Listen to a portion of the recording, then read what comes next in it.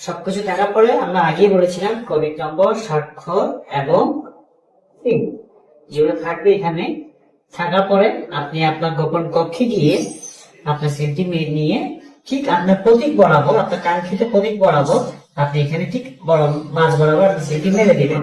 কখনোই নামের উপরে সিলটি মারবেন না। এবার আসুন কিভাবে ভাঁজ করবো।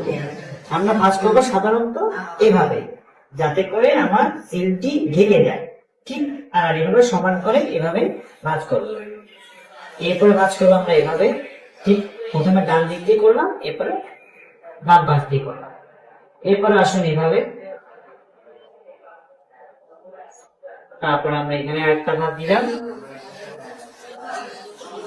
এরপরে একটা ভাঁজ দিলাম। ভাঁজ করে সোজা আপনি ব্যালট বাক্সে গিয়ে এটা প্রবেশ করে দিবেন এবং এটাই হচ্ছে সঠিক পদ্ধতি।